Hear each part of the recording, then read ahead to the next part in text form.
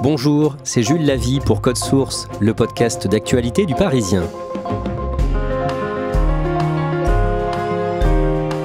Depuis plusieurs années, depuis au moins 5 ans, le Parisien parle régulièrement des nouvelles drogues de synthèse. Le 23 juin, notre journal a consacré son fait du jour à ce sujet, sa une et son premier dossier, avec ce titre « Le fléau des nouvelles drogues ». L'Île-de-France venait de connaître une vague d'overdoses mystérieuse au départ, 23 overdoses en 24 heures.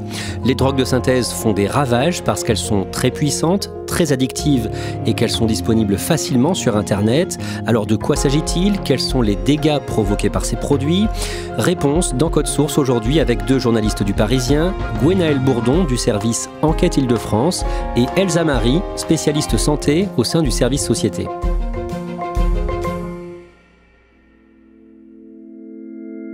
Gwenaëlle Bourdon, le mardi 16 mai, une vague d'overdose est signalée dans 2 départements d'Île-de-France, les Hauts-de-Seine et la Seine-Saint-Denis. Oui, il va y en avoir une vingtaine en l'espace de 24 heures, c'est beaucoup et donc évidemment ça inquiète. Ce sont des overdoses à l'héroïne, aucune n'est mortelle. En Île-de-France, l'Agence régionale de santé alerte sur un produit stupéfiant responsable de 23 overdoses depuis 2 jours dans les Hauts-de-Seine et en Seine-Saint-Denis. On a tout de suite des précisions sur ce qui se passe. En fait, ça va commencer dans les Hauts-de-Seine. Les sapeurs-pompiers sont appelés pour des malaises à un domicile. Quand ils arrivent, ils trouvent 3 personnes, 2 qui sont inconscientes et une femme qui parvient quand même à leur expliquer qu'elle a acheté son produit, donc de l'héroïne, en Seine-Saint-Denis. Ils sont transportés à l'hôpital. On va ensuite signaler 2 nouveaux malaises, un homme et une femme dans une voiture à Gennevilliers. Et puis ensuite, on signale d'autres cas à La Courneuve et dans d'autres villes en Seine-Saint-Denis. Au total, il y a 23 overdoses en 24 heures. D'un mot, c'est rarissime. En tout cas, c'est suffisamment rare pour alerter à la fois, évidemment, les services de police, la justice, puisqu'une enquête est ouverte pour déterminer l'origine de ce produit. L'Agence régionale de santé va émettre une alerte, à la fois en direction de tous les services d'urgence de la région, pour leur signaler qu'il y a ce produit dangereux qui circule. Elle prévient aussi toutes les équipes qui sont amenées à intervenir auprès des toxicomanes, des consommateurs de drogue. Et de leur côté, ces équipes-là vont elles-mêmes, à leur tour, alerter les usagers, leur dire qu'une drogue a déjà provoqué une série de malaises, d'intoxication, d'overdose, et donc leur demander à eux-mêmes d'être vigilants. C'est d'ailleurs ce qui va conduire ensuite certains usagers à apporter des échantillons qu'ils jugent suspects, de façon à ce que ces échantillons puissent être analysés. À ce moment-là, la raison de cette série d'overdoses est un mystère. Des échantillons de l'héroïne saisis après ces overdoses sont analysés. Et le 23 mai, Gwenaëlle Bourdon, vous expliquez dans Le Parisien ce que ces analyses nous ont appris. Ce que révèlent ces analyses, c'est d'abord que cette poudre est bien de l'héroïne, dosée entre 18 et 26%. Mais par contre, là où il y a une grosse surprise, c'est qu'on découvre que cette héroïne, elle a été coupée avec 2 cannabinoïdes de synthèse, du cannabis de synthèse, MDMB 4-EN-Pinaca et ADB-Butinaca. C'est une grosse surprise, c'est surtout du jamais vu en France. La responsable du Centre parisien d'évaluation de la pharmacodépendance dit qu'on a, dans une revue scientifique, trace d'une série d'overdoses aux États-Unis avec un autre cannabinoïde de synthèse, mais il n'y a aucun précédent sur le territoire national. Elsa Marie, vous avez visité l'un des 2 laboratoires qui ont fait ces analyses. Vous nous en parlerez plus tard dans cet épisode de Code Source. Mais d'abord, de quoi est-ce qu'on parle ? C'est quoi une drogue de synthèse ? Alors, c'est des substances qui sont fabriquées au laboratoire et qui imitent en fait les effets des drogues plus classiques. Par exemple, vous avez le cannabis qui est une plante et le cannabinoïde de synthèse qui est sa version chimique. Et ces drogues, elles sont fabriquées à partir de dérivés de pétrole, d'acide, d'acétone, et on les appelle les nouveaux produits de synthèse, donc les NPS. Elles sont apparues au début des années 2010 et en fait, elles circulent de plus en plus parce qu'elles sont moins chères et souvent beaucoup plus fortes, donc plus addictives.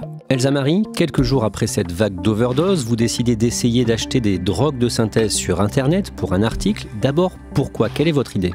Parce qu'on me dit qu'on n'a plus besoin de passer par un dealer, de le rencontrer pour se fournir et qu'on peut aller sur Internet et en quelques clics en commander, se faire livrer, ce qui me paraît quand même assez étonnant. Je cherche à savoir si c'est possible et si c'est le cas, ça veut dire que c'est quand même un vrai problème parce que ces drogues sont beaucoup plus accessibles qu'avant. Avant cette opération de test, vous vous fixez plusieurs règles. Oui, évidemment, la première règle, c'est de pas raconter au lecteur les mots-clés que j'ai tapés sur Internet pour me fournir ces drogues et de pas citer les sites parce que l'idée, c'est pas de leur faire de la publicité, évidemment, mais aussi de dépenser la somme la plus faible possible pour pas alimenter le trafic. Et aussi, je me mets d'accord avec un laboratoire avant de les commander pour qu'ils analysent ces drogues et que ensuite ces drogues restent au laboratoire et évidemment que je les récupère pas. Racontez-nous le tout début, votre recherche sur Internet. Je tombe assez facilement sur plusieurs sites, dont l'un est même noté 4,7 sur 5, comme si on évaluait un restaurant. Les commentaires sont assez élogieux. On dit que le service est rapide, la livraison également, que ce sont même des produits de haute qualité. Et le site est situé aux Pays-Bas et il promet une livraison en moins de 24 heures dans un emballage discret. Qu'est-ce qu'on peut acheter sur ce site ? Alors, il y a une trentaine de produits chimiques qui sont proposés avec des noms invraisemblables, 3CMC, 2FMA. Et en fait, ça ressemble à une sorte de boutique de vêtements, sauf qu'en fait, on ne vend pas des robes, mais on vend des sachets, des pots avec à l'intérieur des gélules, des poudres, des cristaux, donc de la drogue. Ce sont en fait des puissants anesthésiants, des dérivés de calmants et en fait, on peut avoir le prix en fonction du gramme qu'on souhaite. Finalement, qu'est-ce que vous achetez ? Alors, j'achète 3 produits. D'abord, je veux acheter de la 3-CMC, qui est un peu la nouvelle cocaïne dont on parle beaucoup. J'achète aussi un nouveau stimulant dont j'ai jamais entendu parler, la 5-MMPA, et des cachets qui sont des anxiolytiques, c'est-à-dire qui agissent contre l'anxiété. Ça m'étonne qu'on puisse les vendre parce que je sais qu'en cas de surdose, on risque l'arrêt cardio-respiratoire. D'ailleurs, il y a eu 9 morts récemment avec ces produits au Canada. Donc, je décide de le mettre dans mon panier parce que ça m'étonne qu'on puisse en vendre. Je passe commande, je paye en fait par virement bancaire et puis quelques minutes plus tard, je reçois un mail me disant merci pour votre achat et il y a même étonnamment en pièce jointe la facture. La livraison est moins rapide que les 24 heures annoncées sur le site. Votre colis en provenance des Pays-Bas met 7 jours à arriver et ce jour-là, vous allez le chercher dans un point relais à Paris. L'épicier qui vous tend l'enveloppe ne se doute de rien. J'imagine que ces livraisons, c'est un casse-tête pour les autorités, pour les douanes et les forces de l'ordre en général ? Oui, c'est un casse-tête et c'est ce que nous disent d'ailleurs les policiers de la PJ que l'on rencontre. Ils nous disent que déjà, c'est compliqué de tracer les adresses Internet, donc ils ne peuvent pas freiner ce commerce en ligne. En plus que les douanes veillent au grain, mais on ne peut pas non plus mettre un chien renifleur derrière chaque enveloppe venant de l'étranger. Ces chimistes ont toujours un temps d'avance parce qu'ils vont créer sans arrêt des nouvelles drogues, changer la formule et donc le temps que cette drogue se popularise, qu'elle arrive en France, qu'elle soit repérée par les autorités, qu'elle soit interdite, ça peut mettre 1 à 2 ans. Les autorités ont toujours un train de retard. Une fois rentré chez vous, vous ouvrez l'enveloppe. Est-ce que ce que vous recevez correspond à la commande ? Oui, alors c'est vrai que l'enveloppe, elle est très légère. Donc je me dis, je me suis fait avoir. Et en fait, quand j'ouvre l'enveloppe, non, il y a 3 petits sachets transparents, soigneusement étiquetés, avec les noms des produits. Donc il y a bien le nouveau stimulant, qui est une poudre légèrement marron. Ensuite, il y a les cachets contre l'anxiété, ce sont des comprimés verts. Et dans l'autre sachet, il y a des cristaux de 3-CMC. Comme prévu, vous allez faire analyser ces produits pour déterminer précisément leur composition et vous vous rendez au laboratoire de toxicologie de Garches dans les Hauts-de-Seine, un laboratoire chargé notamment d'analyser les drogues suite à des intoxications ou à des overdoses. Oui, alors je leur amène ces 3 produits. Quelques jours plus tard, j'ai la réponse puisqu'ils ont été analysés. Et effectivement, c'est bien les produits que j'avais commandés. La 3-CMC est même pure à 100%, donc elle est assez forte. Et pour les 2 autres produits, ils ne sont pas capables de me donner la concentration parce qu'en fait, ils n'ont pas ces produits dans leur pharmacie. Le nouveau stimulant, en fait, est inconnu au bataillon et donc ils décident même de garder mes produits pour les avoir en cas d'intoxication. Et donc ce laboratoire est l'un des 2 qui a permis de révéler la présence de cannabis de synthèse dans l'héroïne à l'origine de la vague d'overdose. Que vous dit l'expert de Garches que vous interviewez au sujet de ce phénomène ? Les nouvelles drogues de synthèse, en fait, le préoccupent énormément. Il dit que c'est quand même terrible de s'en procurer aussi facilement, que ces produits sont extrêmement dosés et qu'on le voit. D'ailleurs, il y a de plus en plus de décès chez les jeunes. Et ce qui l'agace aussi, c'est que, comme on l'a expliqué, en fait, c'est compliqué de classer ces produits stupéfiants, ça met du temps. Et il me dit que parfois, le juge, parce que lui, il est expert judiciaire, eh bien le juge lui demande de rendre en fait la drogue au consommateur parce qu'en fait, elle n'est pas encore classée stupéfiant. Donc, on arrive à des situations kafkaïennes. Pour lui, c'est une course sans fin entre les trafiquants et eux. Elsa Marie, cela fait 7 ans que vous couvrez le sujet de la drogue pour Le Parisien, vous êtes spécialiste santé. En juin 2022, par exemple, vous aviez fait un reportage sur l'apparition et le développement de la 3-MMC dont vous avez déjà parlé, une sorte de sous-cocaïne moins chère et plus dangereuse. Vous faites notamment parler un homme de 29 ans que vous appelez Benjamin et il vous raconte comment ce produit s'est répandu très vite dans son entourage. Oui, il m'explique en soirée, quand il demande à ses copains s'ils ont de la C, donc de la cocaïne, on lui répond « Non, j'ai pas de C, mais j'ai la 3-MMC ». Et c'est dire à quel point, finalement, cette drogue s'est popularisée. C'est une sorte, effectivement, de nouvelle cocaïne, mais beaucoup moins chère. Et quand les usagers commandent, en fait, de la cocaïne à leur dealer habituel, ils leur répondent parfois qu'ils en ont pas, mais qu'ils ont un autre produit qui est beaucoup moins cher, donc la 3-MMC. Ce que m'explique Benjamin, c'est que finalement, on est passé de personne en prend à tout le monde en prend. Dans ce reportage, il y a aussi le témoignage d'un autre consommateur de 34 ans, vous l'appelez Mathis. Cet homme a vu les dégâts provoqués par cette nouvelle drogue chez plusieurs proches. Il a l'habitude de consommer des drogues, notamment la 3-MMC. Alors cette fois-ci dans un contexte sexuel, pour ses effets désinhibants. Lui, ce qu'il me dit, c'est qu'il voit les dégâts en fait de cette drogue, notamment auprès de 2 amis. L'un en fait est en arrêt maladie depuis plusieurs mois, est déprimé, et l'un de ses amis, à la tête d'une entreprise, a fait faillite à cause de cette drogue. Et c'est pas étonnant parce que les addictologues nous disent que cette drogue est plus dangereuse que la cocaïne. Elle peut entraîner des risques neurologiques, des idées suicidaires, mais aussi, en cas de surdose, des arrêts cardiaques. Gwenaëlle Bourdon, pendant l'été, le jeudi 3 août, 6 dealers présumés, soupçonnés d'avoir vendu l'héroïne à l'origine de la vague d'overdose du mois de mai, comparaissent devant le tribunal correctionnel de Bobigny. Oui, ils sont soupçonnés en fait d'avoir participé au trafic d'héroïne qui règne à la cité des Cosmonautes à Saint-Denis. 2 d'entre eux sont soupçonnés d'avoir vendu la drogue précisément les 16 et 17 mai, c'est-à-dire au moment où il y a eu cette vague d'overdose.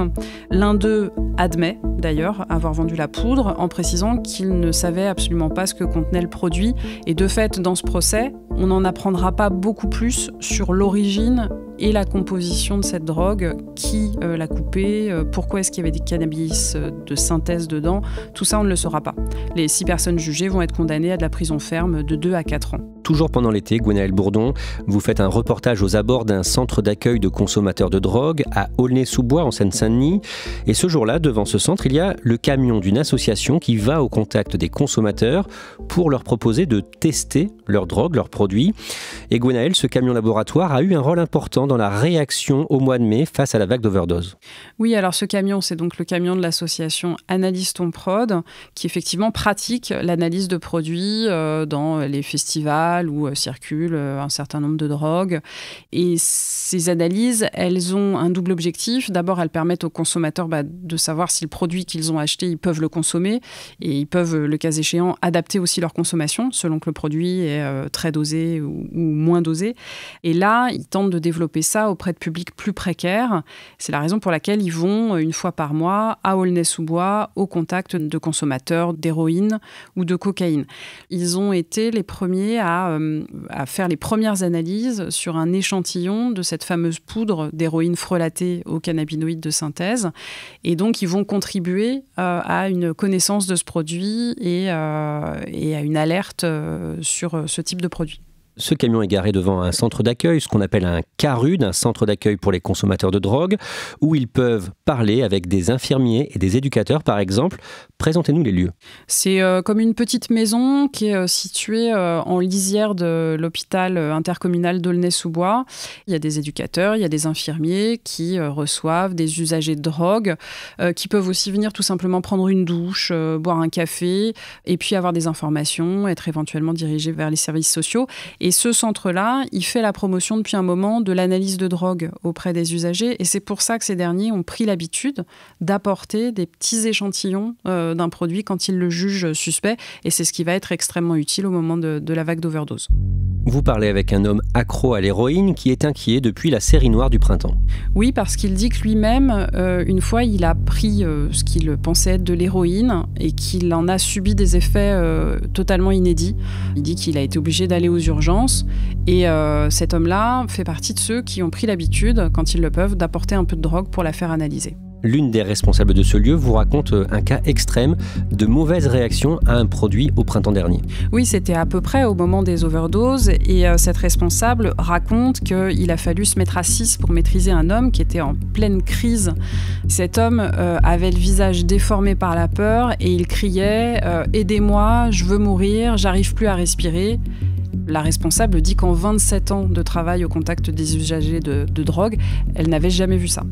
Un animateur vous donne un autre exemple. Oui, ils sont même plusieurs à donner des exemples de personnes qui disent avoir vu des poules ou avoir le sentiment de cramer de l'intérieur.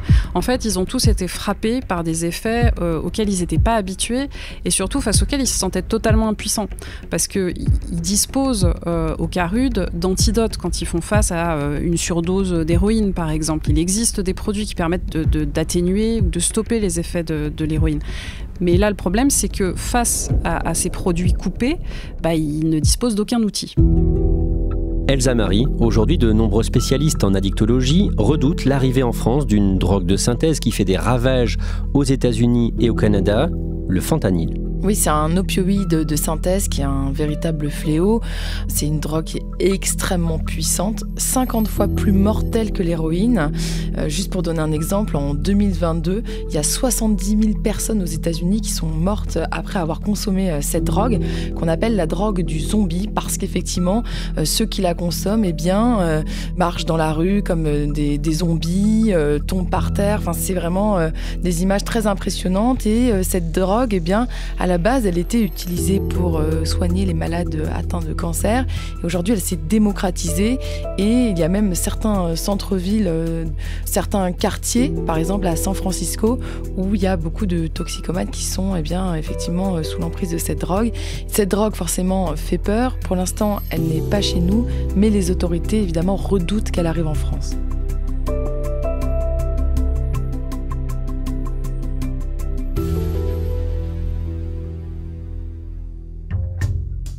Merci à Elsa Marie et Gwenaëlle Bourdon. Cet épisode de Code Source a été produit par Raphaël Pueyo, Thibault Lambert et Barbara Gouy. Réalisation, Julien Moncouquiol.